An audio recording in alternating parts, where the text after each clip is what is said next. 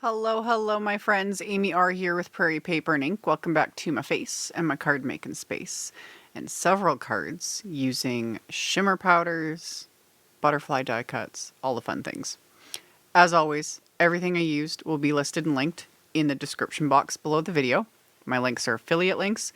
That just means that if you click on one of my links and end up placing an order, I do get a little kickback from that at no extra cost to you. That is what helps pay the bills, keeps the lights on, enables me to keep bringing out content. And yeah, let's get into making these cards.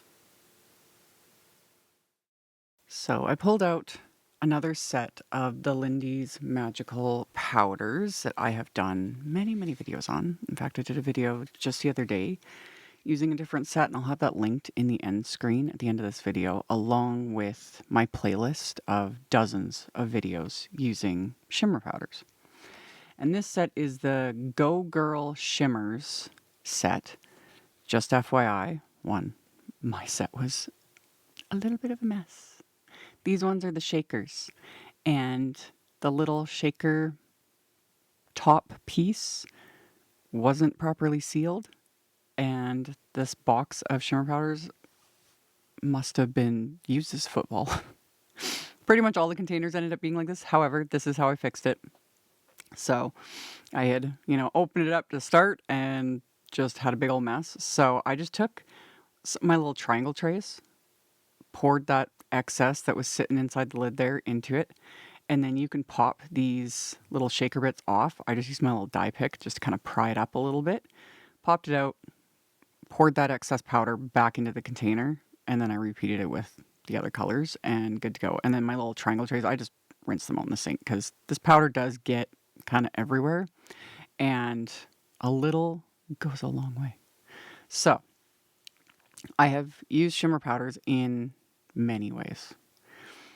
This time I'm using just thin, my El Cheapo watercolor paper, this Strathmore watercolor paper.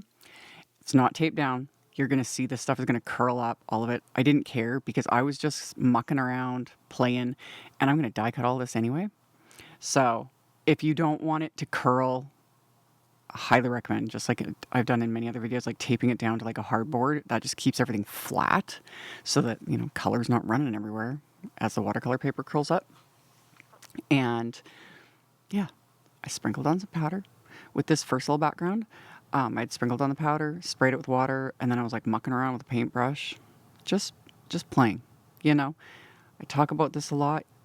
Experiment, whether it's shimmer powders, inks, watercolors, sprays, whatever, muck around, play with it, see what you like, figure out some combinations, just different little techniques, what have you, and don't have, a specific idea in mind per se, because even if the background doesn't turn out great as a background, you can die cut it. Because honestly, all these backgrounds, I was like, not happy with them as backgrounds, but when you die cut them, totally different look.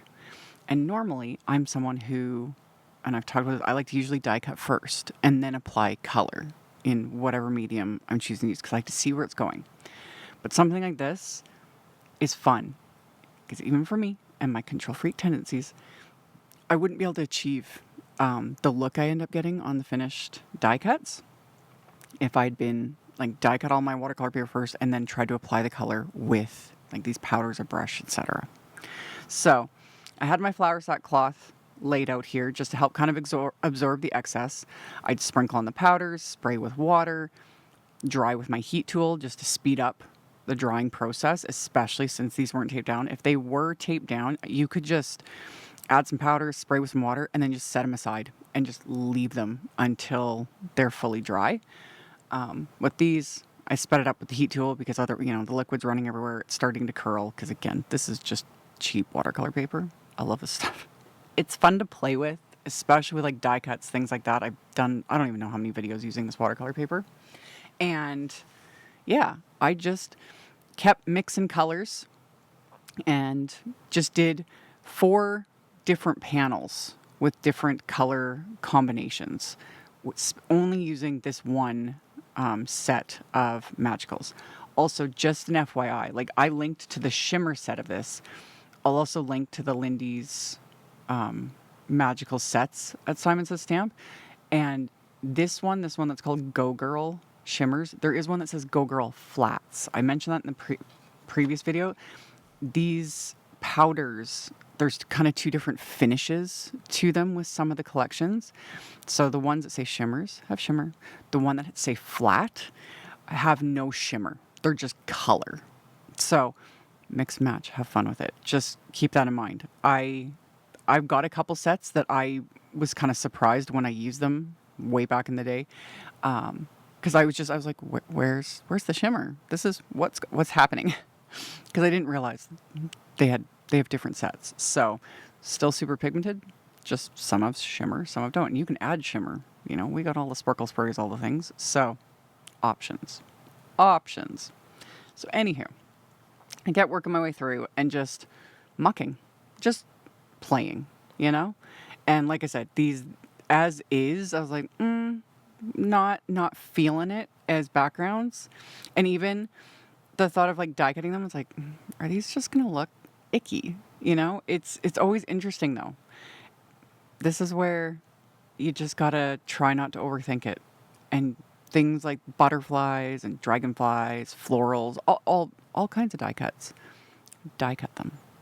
Sentiments even. You never know.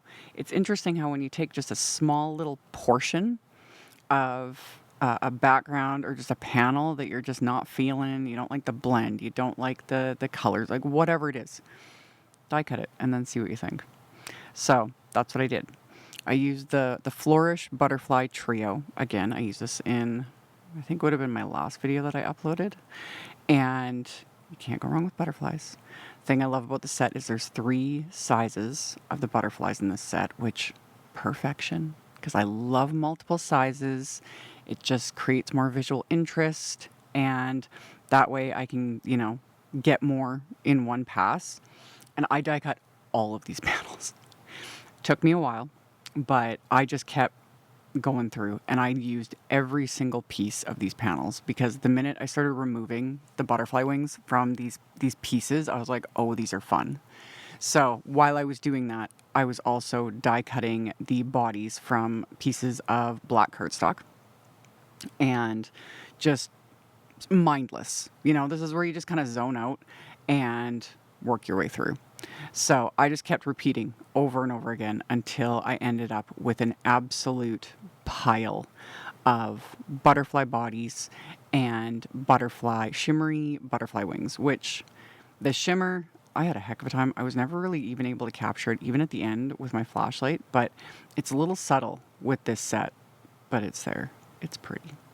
So there's my pile of butterflies and all the colors, and I love it. So this is also where I zone out. You know, I did all my backgrounds in one session. I did all my die cutting in one session. Now I'm doing all the assembling and gluing together in one session. So the bodies, the little die cuts all 3 sizes at once. So I went through and separated them to make this faster. And then I'd lay out, like the smallest butterfly is just one piece. So laid them all out, add just a tiny little dab of glue, and then just use my embellishment wand to pick up the little body, press it down, got all those done. And then the other 2 butterflies are in 2 separate pieces. So I would adhere them together with a little dot of glue. And this is where my reverse tweezers come in. And having multiples is so convenient. I've talked about this. When I only had 1 pair of reverse tweezers, I swear, honestly, I swear, they grow legs. I could never find them. Like, no matter what I did, they just disappeared constantly. And then I got a 2nd pair, and it was great. And then they multiplied like rabbits. And now I have, well, I keep 4 pairs on my desk. And then I found some more in a drawer. No idea where they got there. And I have a couple other ones by other brands, and it makes me happy, you know, because they come in handy. It's like extra little pairs of hands. So I would use the reverse tweezers. I would add the little glue, and then the tweezers would just hold it pinched closed, let the glue dry. Simple. So I would assemble the bodies. You could also mix and match if you really wanted to. That would kind of be fun to have like the different color combos, but I kept them like as they were die cut, like as intended, because I just liked how that looked. But you could just mix match, do whatever you want. And I would assemble the bodies, assemble the wings, adhere the bodies, and then just repeat, repeat, you know? So as I worked my way through, and then I've got all these like completed butterflies, and the colors made me happy. And I ended up obviously with a ton. I was only intending to make like 1 or 2 cards. But then when all was said and done, it was like, oh yeah, like you could make 1 or 2 big cards. It's also nice when you like doing larger format. I prefer making A2 size cards. That's just what I like making. So 4 1/4 by 5.5 inches is my jam. But yeah, you could easily do like 2 5x7s with these, with the amount I had. But instead, I did just 4 cards. And for my sentiments, I used the CZ Design Bereavement Thank You set. This is a good set. I know Kathy had talked about it and she'd said she'd got a lot of requests for a set like this. And good sentiments in this set. I made like more sort of just generic thank you cards, but there's some other really thoughtful sentiments in here. And I used the I appreciate you sentiment, and I just stamped it onto white cardstock with the VersaFine Claire Nocturne ink. Clear heat embossed it. It doesn't need to be clear heat embossed, but this ink takes a while to dry. I'm always impatient. I smear everything. So clear heat embossing it, so then I can just immediately die cut it. Simple. For the insides of the cards, which top folding, A2 white note cards, I stamped one of the sentiments from that set on the inside with a Nocturne ink, and those I did just set aside and let dry. And while they were drying, I die cut my background panels. And for that, I had used the Teardrop Pinpoint frames. I die cut the largest one from white cardstock as well, and then just adhered them together so I could just white on white. I wanted a very simple, basic background so that the focus is the butterflies, but I'm still going to add splatter, of course. So adhered the backgrounds to all of these card bases. And then I'm going to pop these into my splat box, and I'm going to add just a little bit of black splatter to all of these card fronts. And I'm going to use the Simon Positively Perfect Black Splatter Medium, which needs to be stirred up. It doesn't look like it because the stuff is insanely black, but there is pigment that's sitting on the bottom. And when you stir it up, and if you lift up your little spatula, palette knife, whatever you're using stirred up, you'll see it. There's like clumps of it that settle to the bottom. So I stir it up really well, and then I use my fan brush. And this is a demure amount of splatter in my world. just very mindful, very conservative. So I added a little bit of black splatter, just on an angle on all of these backgrounds, and then let them dry. Cleaned off my fan brush, put the lid back on that splatter so I don't knock it over. And then off camera, I had kind of roughly figured out, like I'd separated my all my butterflies into like 4 sort of even piles. And then off camera, I had kind of figured out roughly a placement for them. And then once I was happy with it, I had adhered them. And now I'm just repeating that on the final 2 cards and only applying glue directly behind where the body is. So the wings are just naturally kind of popped up. If you want to keep them that way, like, when mailing, etc., you could tuck little like bits of foam tape, foam squares, etc., underneath to keep them permanently propped up. I don't. I like them just as is. If they do get like really flattened out when they're mailed, well, the recipient can, zhuzh them up a little bit on their own. It's just not something I'm too concerned about. But if you really want them, to stay a very specific way, you could just tuck little foam squares under the wings and you'd be good to go. So I just kept kind of adhering them, in a little like sort of upwards cascade along where the splatter is on these cards. And then once I had them all, I kept one of the smallest ones set aside so I could just pop that onto the inside of the card just to give it that little extra something. And then the sentiment I had die cut, and I die cut scraps of white cardstock and I stacked them together to give the sentiment a little bit of extra dimension, and then adhered that into place. And then my final little embellishment is the Opal Rainbow embellishment mix from Simon's March. Yeah, the March release. The colors were perfect. I love when that happens. I was going to use like one of the like more clear sort of mixes because I was like, what am I going to have that's going to like go with these colors? This set went with the colors perfectly. It was like it was meant to be. It made me happy. So I sprinkled a bunch of these just amongst all of these butterflies. And then when I was happy with the placement, I then just adhered them and then just repeated on all the other cards. So got them laid out the way I wanted. And then I'm just going to pick them up with my embellishment wand and adhere each of these into place with little dabs of liquid glue. And that's it. Pretty simple and fun. And just like I was saying earlier, can be done in batches. You know, it doesn't need to be like start to finish. It's like just play. Just make some backgrounds, whether it's shimmer powders, inks, yada yada, etc. And then die cut them. Whether it's butterflies or florals or little just decorative elements, what have you. And then assemble them if you need to. And then add them to cards, you know? So I tried with my flashlight. My camera was just like, nope. But there is, again, the shimmer with these are a little more subtle. Like I said, if you wanted to amp it up, there's other, like with the Lindys, there's a set of like sort of metallic-y, like just shimmer. You could add those, or like the Imagine Crafts sparkle spray. I could have added those.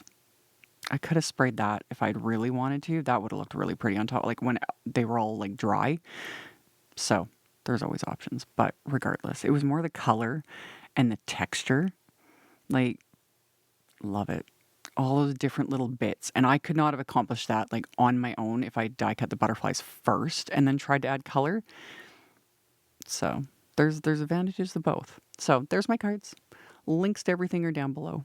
Thank you all so very much for hanging out with me, for thumbs upping and commenting. It helps a ton and I very much appreciate it. Subscribe if you haven't. I'd love to have you. And I'll see you all very soon in the next video. Bye. Thank you so much to my amazing Patreon supporters. For anyone that might be interested in joining my Patreon community and supporting me, the link to my Patreon is in the description box below the video. For everyone else, as always, thank you all so much for taking the time to watch my videos, for thumbs upping, commenting, subscribe if you haven't, I'd love to have you. And here's a couple other videos for you to check out in case you missed them. Bye!